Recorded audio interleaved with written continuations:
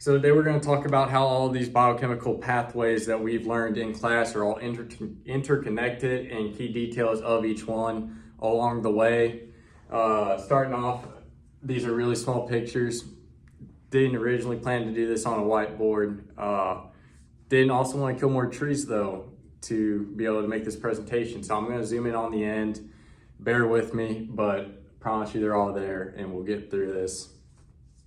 And then starting off, we have glycolysis. So this is the big step in this path, or in these pathways. This is where it all really starts, because this is where we're taking glucose from our carbohydrates and converting it into pyruvate to be able to be used throughout other processes in this cycle. So what we start off with is we have our glucose, which gets acted upon by either hexo or glucokinase, depending on the body's current needs, whether it needs short-term boost or a long-term boost in energy. So we take that glucose, go down through our glycolysis pathway here. So going G6P, F6P, fructose 1,6-bisphosphate, and then jumping down here to the bottom where we have our PEP, which uses pyruvate kinase to convert it into pyruvate. So along this pathway of glycolysis, we are essentially getting our 2 ATP and our 2 NADHs. So once we have this pyruvate, where do we go with it? So if the body has enough oxygen available to it right now, then we will take it to the Krebs cycle, or the TCA, or the citric acid cycle, whichever way you want to cut it, all the same. So we take this pyruvate, throw it through the mitochondria. So once we do this, it's going to end up coming out as acetyl-CoA, which is going to enter our system of the Krebs cycle here. And along the way, we'll be taking NAD pluses, converting them into NADH plus, or NADHs. And then along that way as well, we will also be converting FAD to FADH. These are going to be really crucial later on for our next steps in energy production. We'll also still making a little bit of energy, converting ADP to ATP, going from signal-CoA to succinate. So our big goal here is just making those molecules that we're going to be able to use later on down the cycle in these pathways to really start making energy from there. So from the Krebs cycle, we can go into the oxphos, which occurs in the intercellular membrane. So, intermitochondrial membrane. So along this way, we're going to use the electron transport chain, and we're using those NADHs and those FADHs that we produced in the Krebs cycle up here, and converting them into ATP ATP through ATP synthesis, which is going to happen in the second coupling right here. We call that the proton coupling.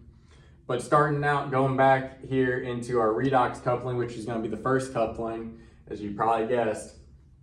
So we're going to have that NADH plus hydrogen is going to convert back into NAD, and is going to pull hydrogens through it along the way. And during this process, we're going to have our electron be bouncing around up in these complexes and is going to get pushed along to our CoQ, get bumped around a little bit more in there for a short period of time before getting pushed into our complex 3, which is going to do the same thing. It's going to be pulling down those hydrogens, pumping these electrons through. They're going to be bouncing around. They don't want to hold on to them. They can't hold on to them. So like a game of hot potato, they're going to toss them in to the next complex, which is site C here, which again, it can't hold these electrons neither. So they're going to make the next logical jump here and go to our complex 4.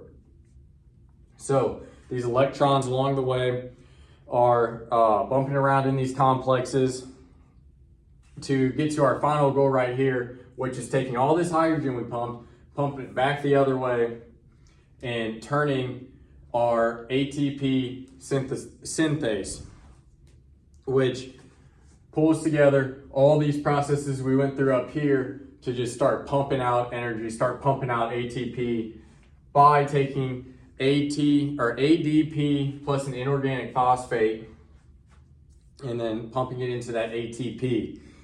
So to back up a little bit now, we're going to talk about what happens when the body needs glucose. What happens when our blood glucose sugars are in a deficit and we need to balance those out to stay within that optimal range. So when that happens, we're going to do gluconeogenesis, which is essentially the exact opposite of glycolysis. So we're going to work our way from this pyruvate here at the bottom up to glucose in essentially the reverse order of what we talked about before.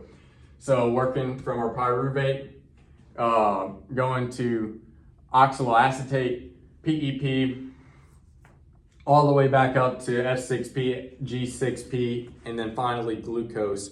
So we're doing this whenever we need energy, whenever we don't have glucose, whenever we've been in a state of fasting, whether it be intermediate, long-term, whenever that body needs glucose because we haven't been eating enough and supplying it with those carbohydrates to use as energy.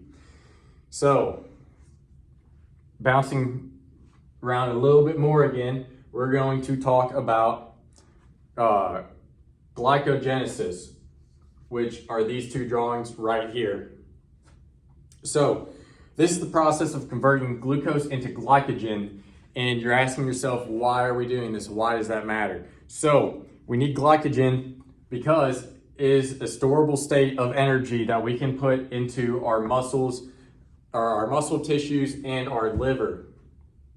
So through those, we take this glucose that we made, that we have in excess because we didn't need all of it to make all this energy. We had extra, we had a big meal, you got extra stuff floating around in there. So the body's going to take that and convert it into glycogen, so that way it can be stored for later use.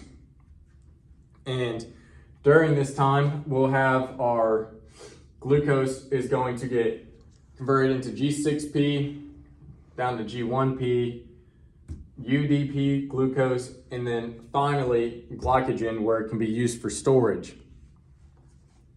And then wrapping it all up, we're going to talk about our last pathway here, which is going to be the pentose phosphate pathway. So this pathway is going to run parallel to glycolysis, and what this pathway's main purpose is to generate NADPH for biosynthesis and ribose 5-phosphate for nucleotide synthesis. So these are going to be used in supporting cellular functions and antioxidant defense. So these pathways, I think the bottom one's cut out there a little bit, but we're going to pretend it's there, are going to run in synthesis with our glycolysis. So as the body's going through glycolysis, making those NADHs that aren't getting used by other steps like the oxphos, we are going to be doing our pentose phosphate pathway, which is, like I said before, generating that NADPH and used for, or NADPH and R5P for our nucleotide synthesis here. So backing up a little bit because I realized I forgot a step. So we have our glucogenesis again, we're going to talk about. So when this body has that glycogen and we decide we have to start using it, we no longer have the luxury of being in an energy surplus. We start needing to use some of that glucose that we did convert it into glycogen for energy once again. So we're going to start out with our glycogen, and then we're going to convert it back into G1P, and then follow that up with G6P, which is where the body can decide what it needs that glucose to be used for and how it wants to go about that. So if we stop at G6P, that is just going to get sent back into the muscle where glycolysis is going to occur for us to make that pyruvate again. Versus if we want to take it a step farther and need that quick term energy, need to get turning and burning here with it, we're just in that much of a need right then. We're going to take it a step farther and convert G6P into glucose, while also pulling in a H2O molecule and converting it into our inorganic phosphate through the help of the enzyme glucose 6-phosphatase. So once we have that glucose made, we're going to send it into the bloodstream through the liver to get that glucose sent back into the body, get it working, turning, and burning again. So that's essentially all I have to talk about these biochemical pathways. I hope I sounded smart. I'm wearing my knowledge cap for you, Dr. Calloway. So hopefully this information came across clear. Just going to come in real quick and show you that I actually did draw these out. And I really just didn't want to waste paper because caring about the environment. So we got our glycolysis, Krebs, we got our oxphos, glycogenolysis, and then our pentose phosphate pathways right there. So all in all, that's wrapping all this stuff up. Oh yeah, one thing I did forget to mention is when we have this pyruvate here and our body doesn't have enough oxygen, what do? We convert it into lactate, because that would be the anaerobic process of converting that pyruvate, because we are in a lack of oxygen. So it just can't be sent into the Krebs cycle. So I think I covered it all. Hopefully I do well in this section. So appreciate it. Have a good one, Dr. Calloway.